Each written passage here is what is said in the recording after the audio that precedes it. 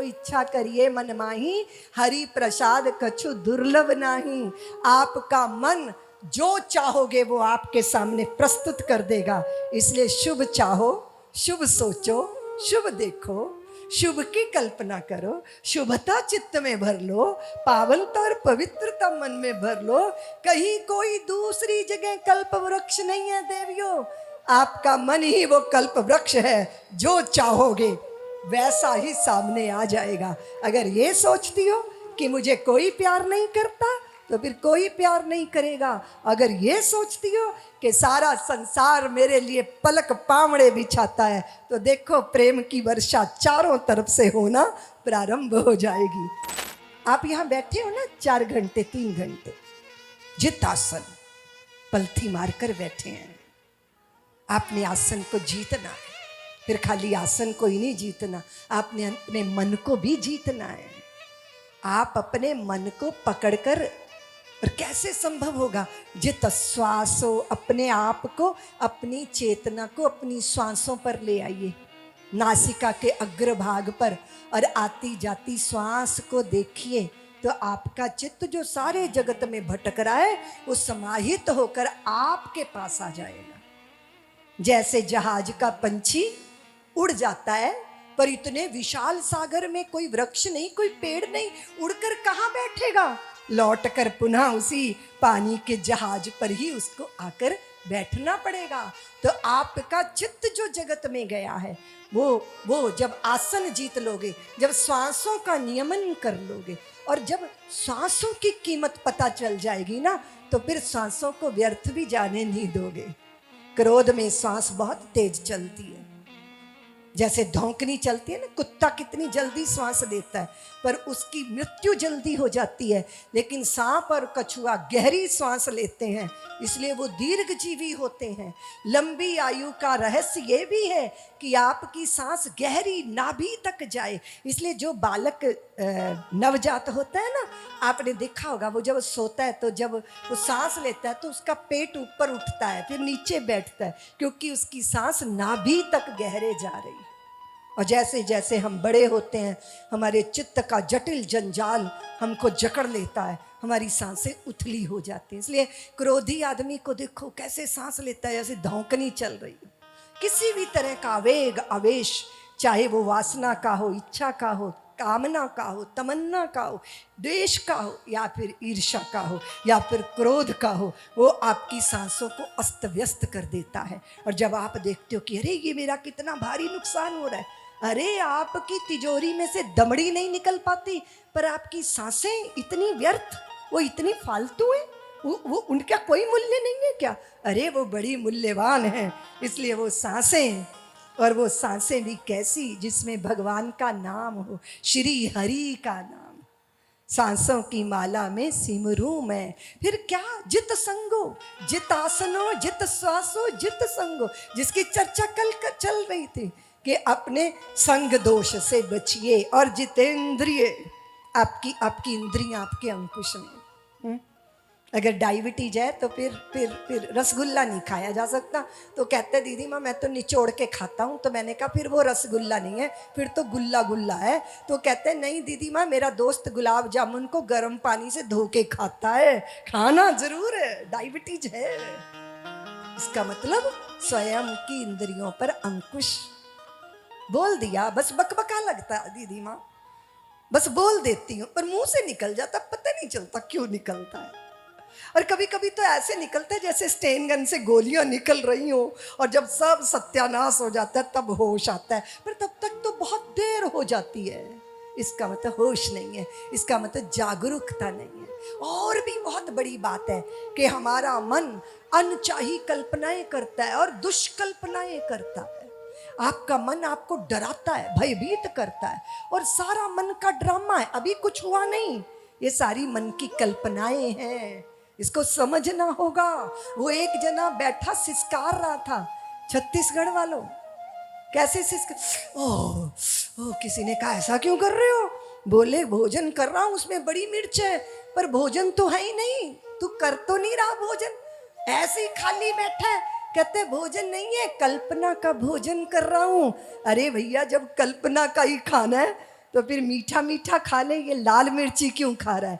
कल्पना भी करनी है तो वो भी ढंग की नहीं, क्योंकि आदत खराब पड़ी है। कल्प वृक्ष के नीचे लेटा है, वाह कितना अद्भुत है। अगर गुदगुदी शैया होती तो शैया प्रकट हो गई। फिर लगा कि अरे बाद में विश्राम करूंगा। अगर स्वादिष्ट भोजन मिल जाते तो भोजन व्यंजन प्रकट हो गए, जी भर के खाया। फिर कहते सोने को मिल जाए तो मखमली शैया थी, और फिर लेट गया। फिर दृष्टि जंगल पे चली गई, और फिर एकदम मन में आया अगर शेर आ गया तो। एक पल नहीं लगा कि मृगराज प्रकट हो गए। अरे भैया कल्प वृक्ष के नीचे बैठा है, जो कल्पना करेगा वो सब हो जाएगा। एक बड़ी प्रसिद्ध किताब है द सीक्रेट, पढ़िएगा उसको। हमारे तुलसीदास जी ने तो एक लाइन में लिख दिया है, जो इच्छा करिए मन माही, हरि प्रसाद कछु दुर्लभ नाही।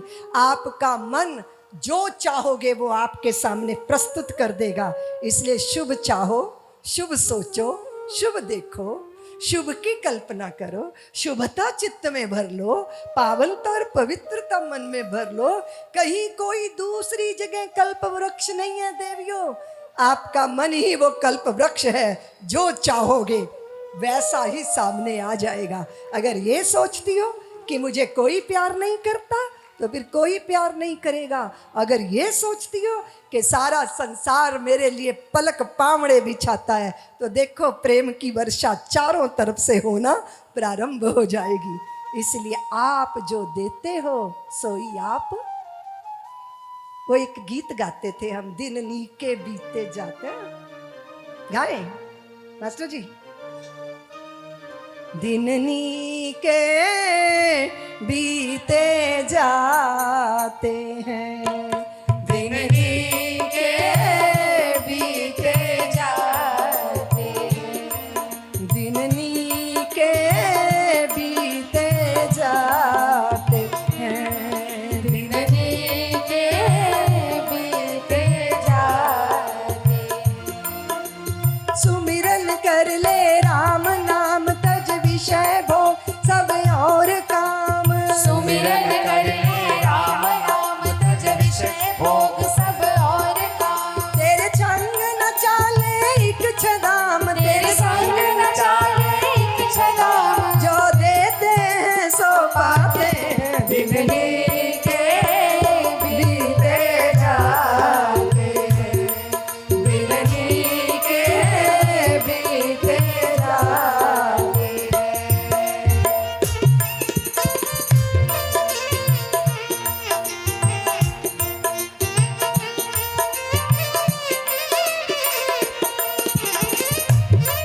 ताली ताली बजाएंगे ना बहुत आनंद आएगा।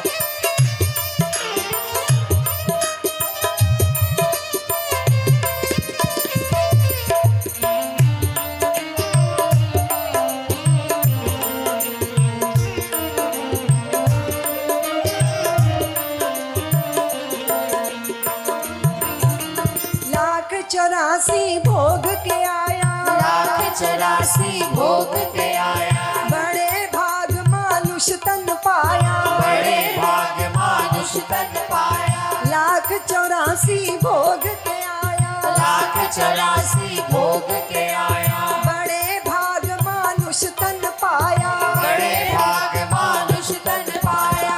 उस पर भी नहीं करी कमाई, उस पर भी नहीं करी कमाई, उस पर भी नहीं करी कमाई, उस पर भी नहीं करी कमाई। अंत समय पछताते हैं, दिन नीके बीते जाते हैं, दिन नीके बीते जाते हैं।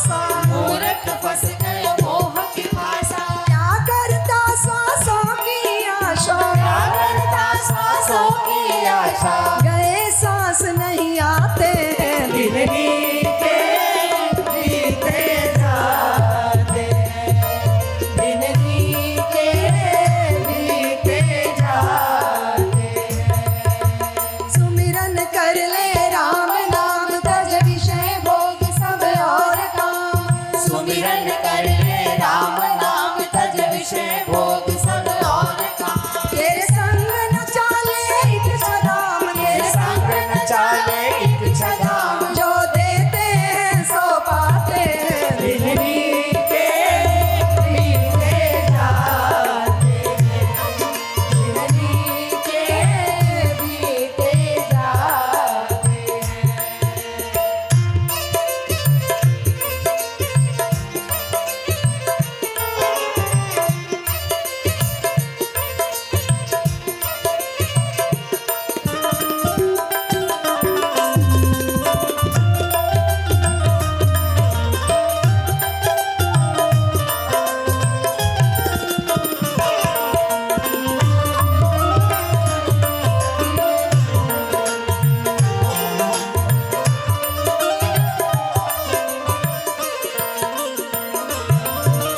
सच्चे मन से नाम सुमिर ले, सच्चे मन से नाम सुमिर ले। बन आए तो सुकृत कर ले, बन आए तो सुकृत कर ले। साधु पुरुष की संगत कर ले, साधु पुरुष की संगत कर ले। दास कबीरा गाते हैं, जिंदगी के बीते जाते हैं, जिंदगी के बीते जाते हैं। सुमिरन कर ले राम नाम, तज विषय भोग सब और काम। सुमिरन कर ले राम नाम, तज विषय भोग सब और काम। तेरे संग न चाले इच्छा धाम, तेरे संग न चाले इच्छा धाम। जो देते हैं सो पाते हैं, जिंदगी के बीते जाते हैं, जिंदगी के बीते जाते हैं, जिंदगी के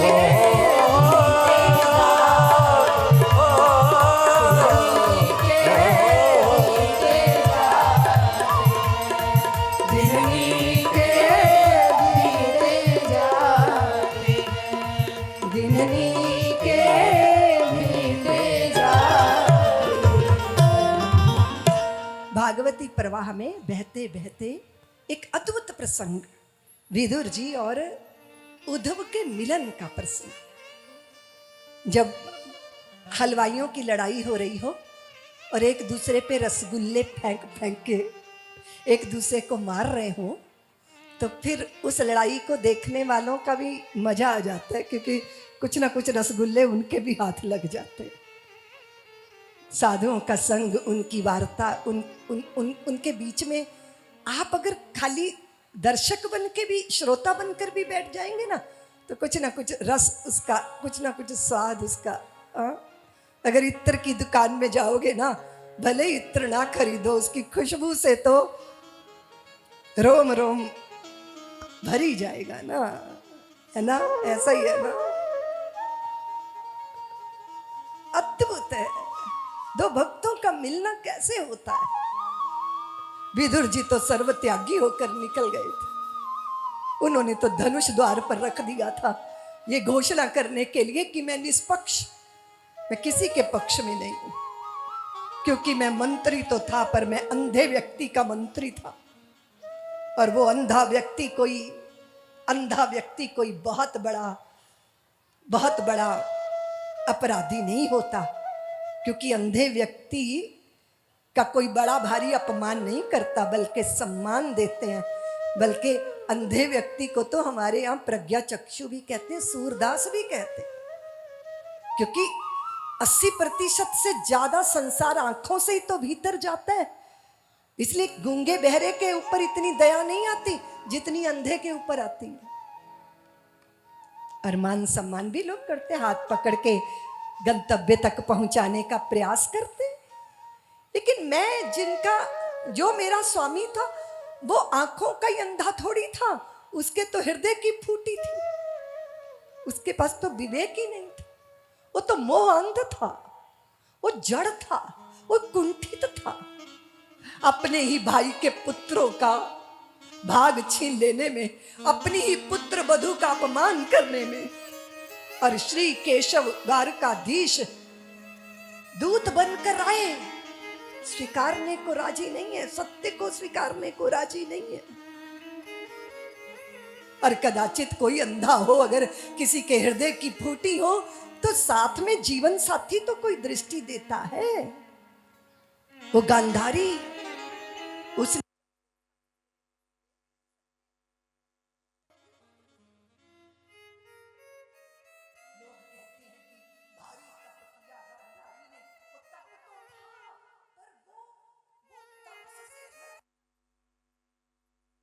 इतनी खूबसूरत, इतनी सुंदर, इतनी लावण्य, इतनी इतनी सौंदर्य की धनी थी वो। और जब देखा कि जो प्रेम करेगा वही अंधा है, तो कुंठित होके आंखें पे पट्टी बांधी थी। वो तप सात्विक तप नहीं था, वो तमस से भरा तप था। और अगर गांधारी ने आंखों पे पट्टी ना बांधी होती और सत्य का दर्शन अपने पति को कराया होता, तो फिर धृतराष्ट्र को संजय से आंखें उधार लेने की जरूरत ना पड़ती। जीवन साथी तो वही है ना, जो समय समय पर आपको दृष्टि दे कि ये उचित नहीं है, ये उचित नहीं है।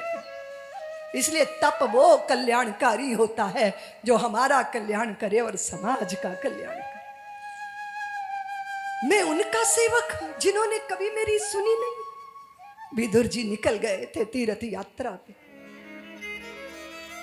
महाभारत में क्या हुआ क्या नहीं, उन्हें कुछ नहीं पता। उद्धव जी मिले तब पता चला भगवान स्वधाम गमन कर गए हैं।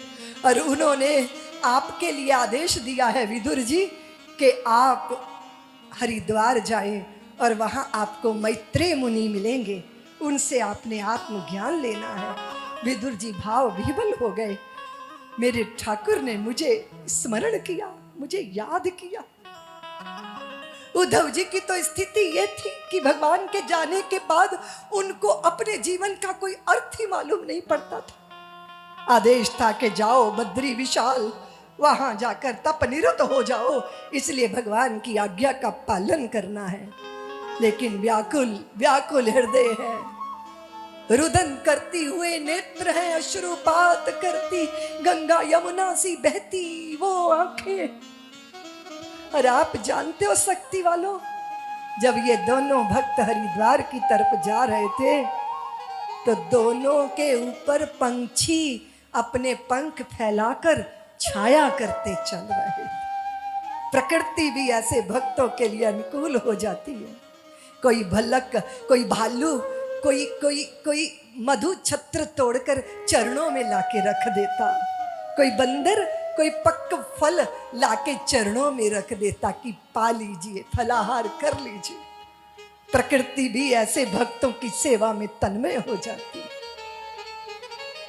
कहां जाए, कहां जाए, ढूंढने कहीं जाना है क्या? घनश्याम तुम्हें ढूंढने जाए कहां कहां, घनश्याम तुम्हें ढूंढने जाए कहां कहां, घनश्याम तुम्हें ढूंढने जाए कहां कहां। अपने विरह की आग बुझाए कहां कहां, अपने विरह की आग बुझाए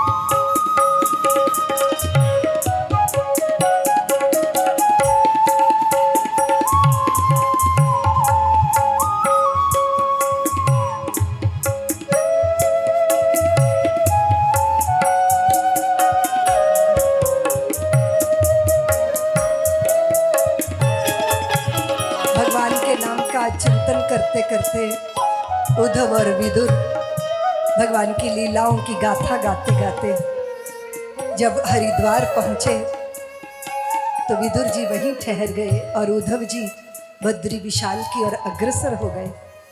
मैत्रेय जी से विदुर जी का मिलन हुआ, सत्संग प्रारंभ हुआ।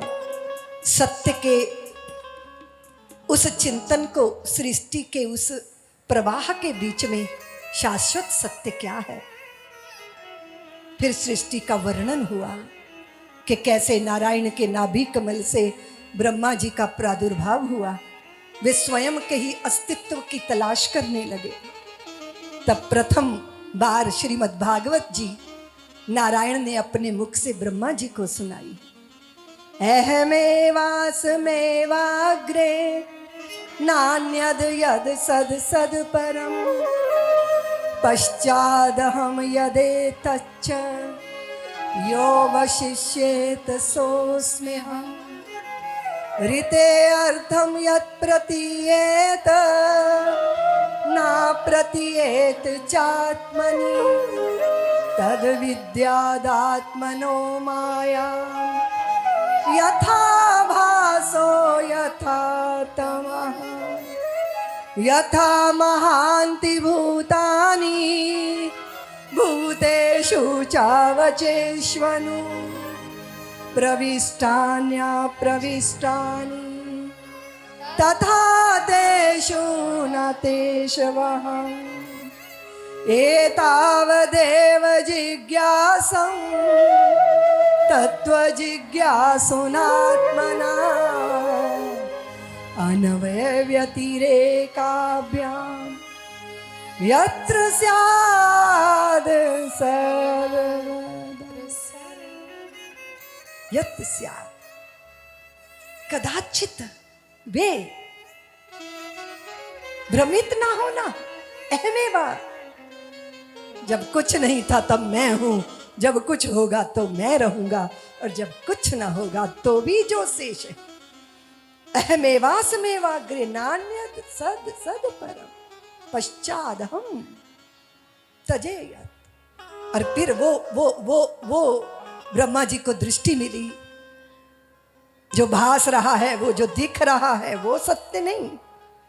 देखो देखो, देखने वाले को देखो। पहले अपने अस्तित्व को समझो, उसके बाद विस्तार करो। सृष्टि की रचना करने के लिए ब्रह्मा जी उद्यत हुए। चतुश्लोकी भागवत नारायण भगवान ने अपने स्वरूप का बोध कराया। आपके आभूषण किसमें हैं देवियों? सोने में ना। और जब जब जब गले की जंजीर टूटेगी तो कहाँ जाएगी? कहाँ जाएगी? कहाँ जाएगी? कहाँ जाएगी? आपके कर्ण फूल, आपके गले का हार, आपके नाक की नथनी सब सोने में है।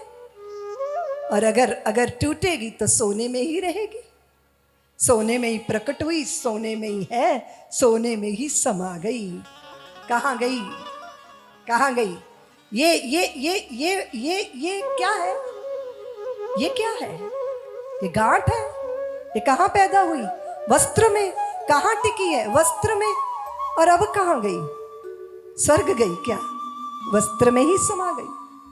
ये जगत जगदीश्वर में ही है, जगदीश्वर में ही ठहरा है, और जगदीश्वर में ही जगत का लय हो जाता है। सागर में लहर पैदा होती है, सागर में ही खेलती है, और सागर में ही लय हो जाती है। सारा जगत, जब जगत को देखो तो जगदीश्वर का ही दर्शन करो। इसलिए बहुत बार लोग कहते हैं दीदी माँ बैठ के माला नहीं जपते बनता। तो हमने कहा दूसरी भी एक पूजा है कि ये सोनी सोनी सूरतों वाले मेरी माला के मन के हैं, देखता जाता हूँ इबादत होती जाती है। ये भी एक तरीका है। नामदेव ने बनाई रोटी कुत्ते ने उठाई, पीछे घी का कटोरा लिए जा रहे, प्रभु रूखी तो ना खाओ थोड़ा घी भी लेते जाओ। कैसी शक्ल बनाई तूने स्वान की, मुझे ओढ़नी ओढ़ा दी इंसान की, तेरा मेरा एक रूप फिर काहे को हजूर।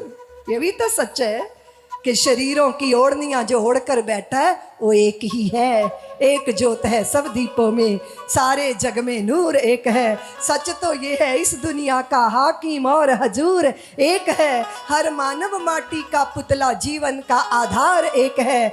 गहराई तक जाके देखो सदधर्मों का सार एक है, एक वाहेगुरु एक परमेश्वर कृष्ण और श्री राम एक है। नाम भले ही अलग अलग हो भक्तों के भगवान एक है, नाम रूप की बात छोड़ दो इंसानों की जात एक है। मन से मन की तार जोड़ लो सीधी सच्ची बात एक है। और जो उस एक को समझ गया फिर वो अनेकता में भी एकता का दर्शन करता है। समझो इसको। रीते अर्थम यत् प्रतीयेत न प्रतीयेत चात्मनि तद् विद्यादात्मनो मायाम यथा भासो। अब वो गुरुदेव ने कहा जाओ जाओ जाओ मेरी पोथी लेके आओ। डरता डरता है, गुरुजी आपकी पोथी पे सांप बैठा है। तो गुरुजी बोले जाओ जाओ ओम नमः शिवाय का मंत्र जाप करते जाओ। गुरुजी मंत्र सुनाने पे भी नहीं भाग रहा। तो गुरुजी ने कहा अच्छा जाओ, फिर दिया जला के फिर जाओ। फिर उसने दिया जलाया, प्रकाश में देखा, फिर हंसते हुए आया। बोले गुरुजी वो सांप नहीं, पोथी पे तो रस्सी थी, मुझे लगा वो सांप है। रीते अर्थम यत् प्रतीयेत ना प्रतीयेत। जहाँ कुछ नहीं है वहाँ वो दिखा देती है, और जहाँ जो है वहाँ वो उसे छुपा लेती है। इसको क्या कहते हैं? भगवान ने कहा ये मेरी माया है। क्या है? बोलो ना, बोलो ना। चंद्रमा जब पूर्णिमा का होता है तो प्रेमी को अपनी प्रेमिका का मुख नजर आता है, और भूखे को रोटी नजर आती है। आती है ना, आती है ना। पर चंद्रमा तो ना प्रेमिका का मुख है और ना रोटी है। जिसकी जैसी दृष्टि होती है उसको वैसा दिखाई, जैसी वासना होती है वैसा दिखाई। उसने द्वार पे दस्तक दी, उसने दरवाजा खोला बहू रानी ने। अरे ये तो बुढ़ी है, ये कौन है? उसने कहा तेरी मैं तो मौसी हूँ। मौसी? अच्छा मौसी जी। तो सोचा इसने कि पति देव की मौसी होंगी, तो स्वागत सत्कार करके मौसी को बैठाया, भोजन वोजन करवाया। शाम को पति देव आ गए, बोले सुनो जी मौसी जी आई हैं। तो उसने भी जाके प्रणाम किया, और मौसी जी हफ्ता 2 हफ्ते 3 हफ्ते, और रोज नई नई डिमांड। बेटी आज तो अजवाइन डाल के पराठे बना लो, जरा चाय में अदरक डाल देना। ये रोज रोज की फरमाइशों से बहू का आ गया नाक में दम, और लड़ाई हो गई शुरू। अपने पति से बोली कि अपनी मौसी को बोलो कब तक रहेगी, जाएगी? उसने कहा किसने कहा मेरी मौसी? मैं तो समझता था तेरी मौसी। उसने कहा मुझसे पूछ तो लेते समझने से पहले, मेरी मौसी कहाँ से? मेरी माँ तो अकेली थी और जाने कब से मर गई है, ना मेरी कोई मौसी दूर दूर की। अरे फिर ये कौन है? न तेरी है ना मेरी है, तो ये किसकी है? बोले इसी से पूछ लेते हैं ये किसकी है। तो दोनों पति पत्नी हाथ जोड़ के खड़े हो गए। बोले मौसी जी आप किसकी हैं? वो बोली मैं किसी की नहीं, जब तक नहीं पहचानी जाती तभी तक रहती हूँ, और जब पहचान ली जाती हूँ तो चुपचाप सरक जाती हूँ। ये क्या है? माया मौसी। साधुओं को तंग नहीं करती क्योंकि वो पहचान जाते हैं, अज्ञानियों को तंग करती है क्योंकि वो उसे अपना असली मान लेते हैं। समझ में आया? समझ में आया? और ये सारा जगत जो ईश्वर का प्रसाद है। लोग कहते हैं जगत माया है। अरे जगत माया नहीं है, माया मन में होती है, माया बाहर नहीं होती। और वो जो तुम्हारे रुपए पैसे हैं ना, जिसमें गांधी बाबा छपे रहते हैं, वो माया नहीं है। सोना चांदी माया नहीं है, स्त्री पुरुष माया नहीं है, पति पत्नी माया नहीं है, दिखाई देने वाला जगत माया नहीं है। उस जगत के प्रति हमारा जो मन आसक्ति से जुड़ जाता है, इसलिए माया मन की होती है, माया बाहर। बोलो ना। अगर आप जागृत हो तो बाजार में रहकर भी मुक्त हो, और अगर बेहोश हो तो जंगल में जाकर भी बंधे हो, क्योंकि ये बेड़ियां बाहर नहीं है, ये बेड़ियां तो भीतर है, भीतर आसक्ति की बेड़ियां। बाकी तो आप जगत को देखो। ब्रह्मा जी ने जो है कल्पना की कि अरे मुझे सृष्टि करनी है, तो पता चला कि धरती तो रसातल में चली गई, और उस पर जो है हिरणाक्ष कब्जा किए बैठा है। तो उनकी नासिका में से एक छींक आई और भगवान प्रकट हो गए। वाराह भगवान देखते ही देखते विराट हो गए, विशाल हो गए और वो सागर में प्रवेश कर गए। जल में प्रवेश करके प्रलय पयोधि जले, उसके अंदर से उन्होंने भगवती धरा देवी को अपने अग्र दांतों पे आरूढ़ कर लिया। और मार्ग में जब मिला जो हिरण्याक्ष, तो वो उनके साथ फिर जम के मल्ल युद्ध हुआ। हमेशा ललकारता रहता था। एक बार देव ऋषि से कह रहा था वो कि देव ऋषि आओ मल्ल युद्ध करें, बाहों में खुजली हो रही है। तो नारद बोले अभी तेरी खुजली मिटाने वाले आ रहे हैं, बढ़िया मिटाएंगे। ऐसी धरा पटक हुई कि हिरण्याक्ष का कल्याण करके भगवान पृथ्वी को मुक्त करके लाए। और उस धरा पर भगवान ब्रह्मा जी के द्वारा जो है मानसी सृष्टि, आप भी जब घर बनाते हो ना तो पहले अंदर प्लानिंग चलती है, मन में कल्पना होती है ना।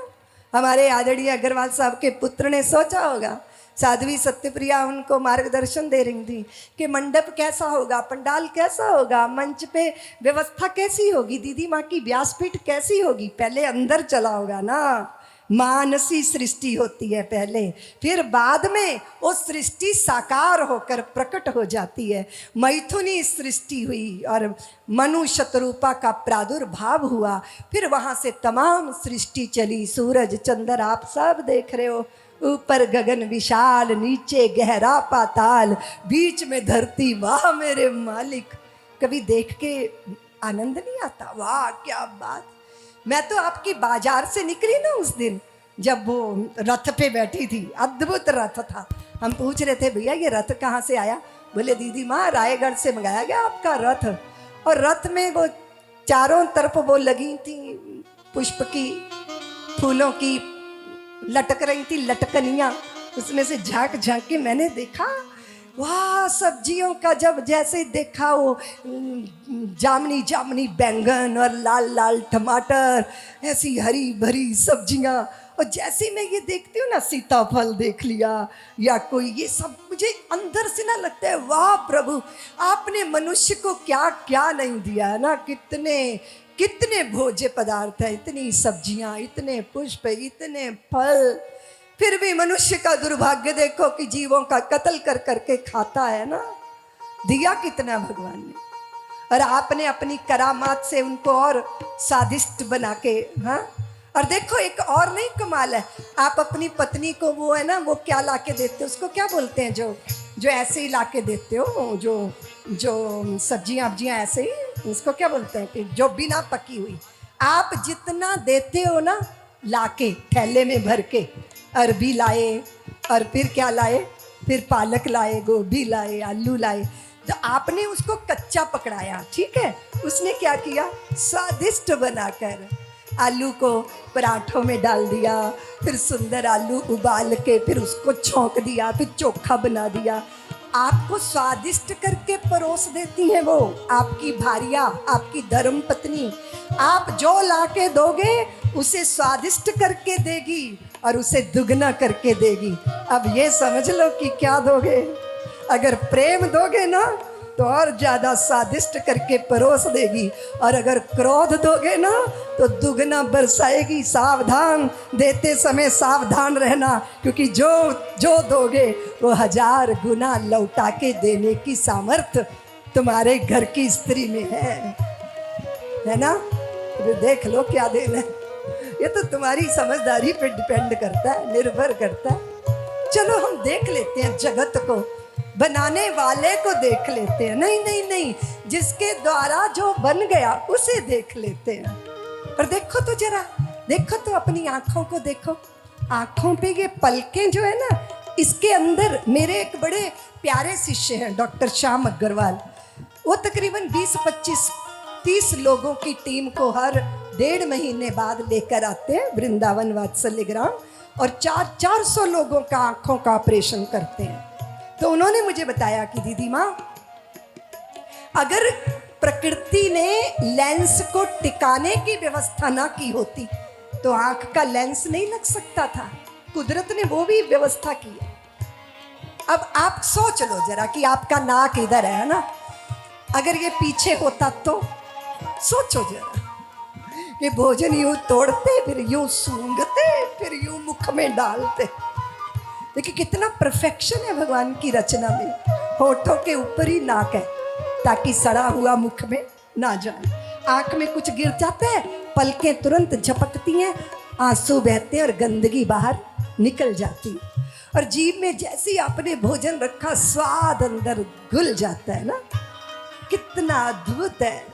अच्छा देखो, कान का काम तो छेदों से हो सकता था, पर फिर भी भगवान ने ये कान देखो जरा, कान ये बेचारा एक इधर चपका है, एक इधर चिपका है। बेचारे ये कई बार कहते हैं कि हमें क्यों बनाया प्रभु। सब लोग आंखों की तारीफ करते हैं, नाक की तारीफ करते हैं, अरे वाह कितनी सुंदर होंठ है, कितने सुंदर गाल है, कैसा सुंदर माथा है। कानों की तो कभी किसी ने तारीफ नहीं की कि कितने सुंदर कान है बेचारे। और जब भी कोई गलती करता है तो कान ही पकड़े जाते, कान पकड़ के मारते थे मास्टर जी मुंह पे चपत बेचारे। वो कहते हैं दो पूड़ियों की तरह हमें इधर चपका दिया, इधर चपका दिया। ऊपर से देखना आंखों को, पर डंडी हम पे लटकी रहती है, इधर चश्मे की डंडी। सारी व्यवस्था की है भगवान ने। अब तुमने पति से संपर्क किया, संसर्ग किया, तुम्हारी पेट में बालक आया 9 महीने। कई स्त्रियां तो ऐसी हैं कि अगर कागज पेन दे दो ना तो सही लाइन तक ना खींच पाएंगी, लेकिन कितनी खूबसूरत रचना पुत्र और पुत्री के रूप में तुम्हारे भीतर पनपती है और जन्म लेती है। कैसा अद्भुत है। तुम्हारा दिल तो कभी कभी न्यौछावर होता होगा कि वाह प्रभु क्या बात है, क्या बनाया है आपने, अद्भुत बनाया। लेकिन कभी कभी व्यक्ति थोड़ी मूर्खता करता है। एक बार एक पेड़ के नीचे लेटा था और पेड़ था आम का, तो कहते हैं भगवान तेरी अकल का दिवाला निकल गया, तुमने इतने बड़े विशाल आम के पेड़ पे छोटी छोटी अम्बियां लगा दी हैं, और तरबूज की देखो बारीक सी बेल है, उस पे तुमने भारी भारी तरबूज लगा दिए। अरे भैया प्रभु जी, दाता जी, अगर आपके पास अकल की कमी थी तो हमसे उधार ले लेते, पर ये ड्रामा तो देखने को ना मिलता।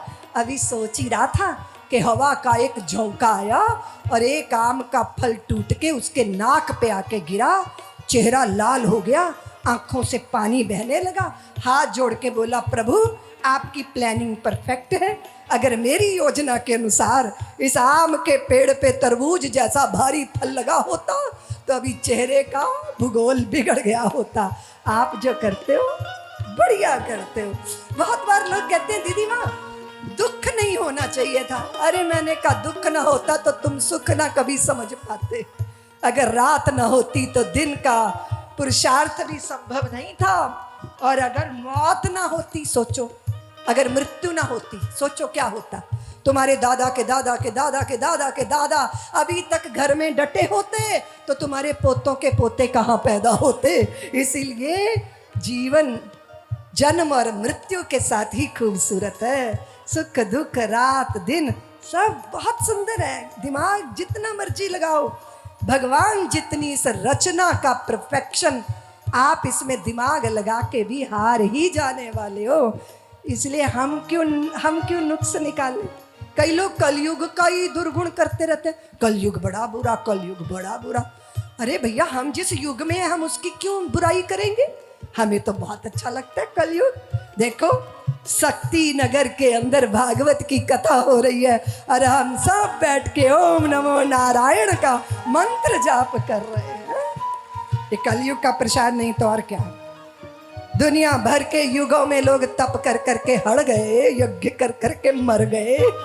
हमारे लिए कितना आसान है, बस भगवान का नाम लो, हृदय में रस घोलो, जीवन धन्य हो जाएगा, कृतार्थ हो जाएगा। चलो ऊपर गगन विशाल, नीचे गहरा पाताल, बीच में धरती, वाह मेरे मालिक क्या तेरी लीला, तूने किया कमाल, तूने किया कमाल। वाह मेरे मालिक क्या तेरी लीला, तूने किया कमाल, तूने किया कमाल। वाह मेरे मालिक क्या तेरी लीला, तूने किया कमाल, तूने किया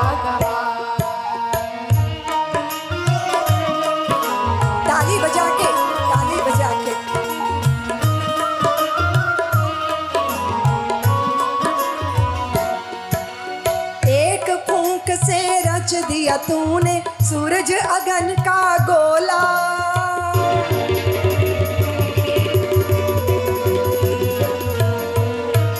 एक फूंक से रच दिया तूने सूरज अगन का गोला। एक फूंक से रचा चंद्रमा लाखों सितारों का टोला। तूने रच दिया पवन झकोला, ये पानी आग ये शोला, ये बादल का उड़न खटोला, जिसे देख हमारा मन डोला। सोच सोच हम करे अचंभा, नजर ना आता एक भी खंभा, फिर भी ये आकाश खड़ा है हुए हजारों साल मान। तूने किया कमाल, तूने किया कमाल, वाह मेरे मालिक क्या तेरी लीला। तूने किया कमाल, तूने किया कमाल।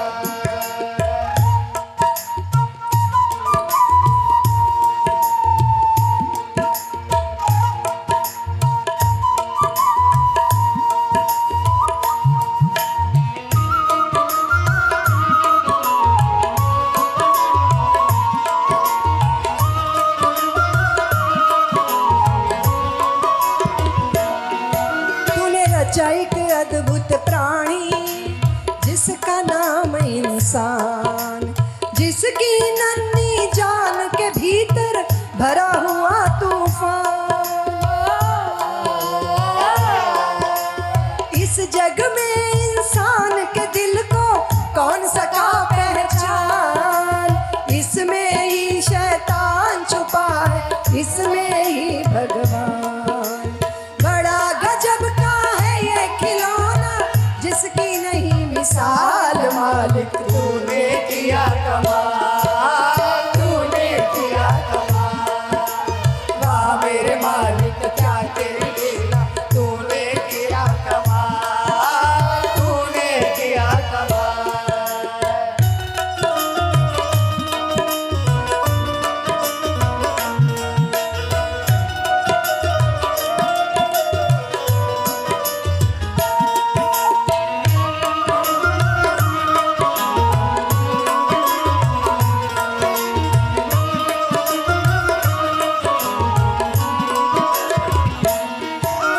चारों तरफ एक इंद्रजाल सा तूने रचा विधाता।